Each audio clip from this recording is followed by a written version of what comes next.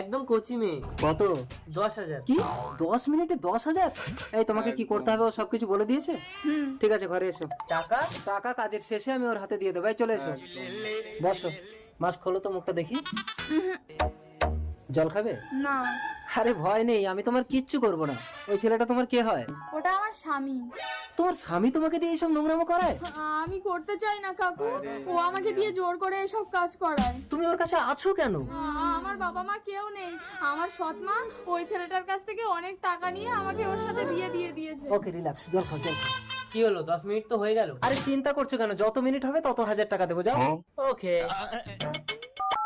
Hello police, ভয় পেও না, তোমার কিচ্ছু হবে না। তোমার স্বামীকে পুলিশের হাতে তুলে দেবো।